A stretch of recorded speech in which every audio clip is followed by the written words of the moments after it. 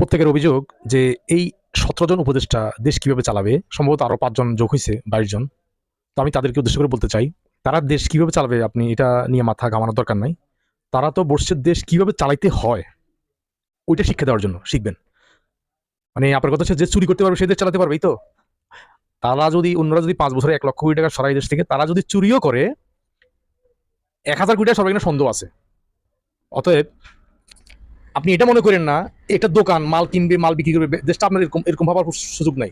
প্রত্যেকটা মন্ত্রণালয় আছে, প্রত্যেকটা মন্ত্রণালয়ে সচিব আছে, কর্মচারী আছে, সেখানে দায়িত্বপ্রাপ্ত লোক আছে। সরকার প্রধান যে ওখানে বসে থাকবে না, প্রত্যেকটা সেক্টরের লোক আছে, তাদেরকে তদারকির জন্য আরো লোক আছে, তো তারা জবাবদিহি করবে সরকারের কাছে। আমি আপনাকে যেটা বলতে চাই, শেখ হাসিনা পুরা দেশটাকে একা একা, যদি মাথার মধ্যে জ্ঞান থাকে একটু চিন্তা ভাবনা করেন, তো তিনি একা পুরো দেশকে কন্ট্রোল করতেন।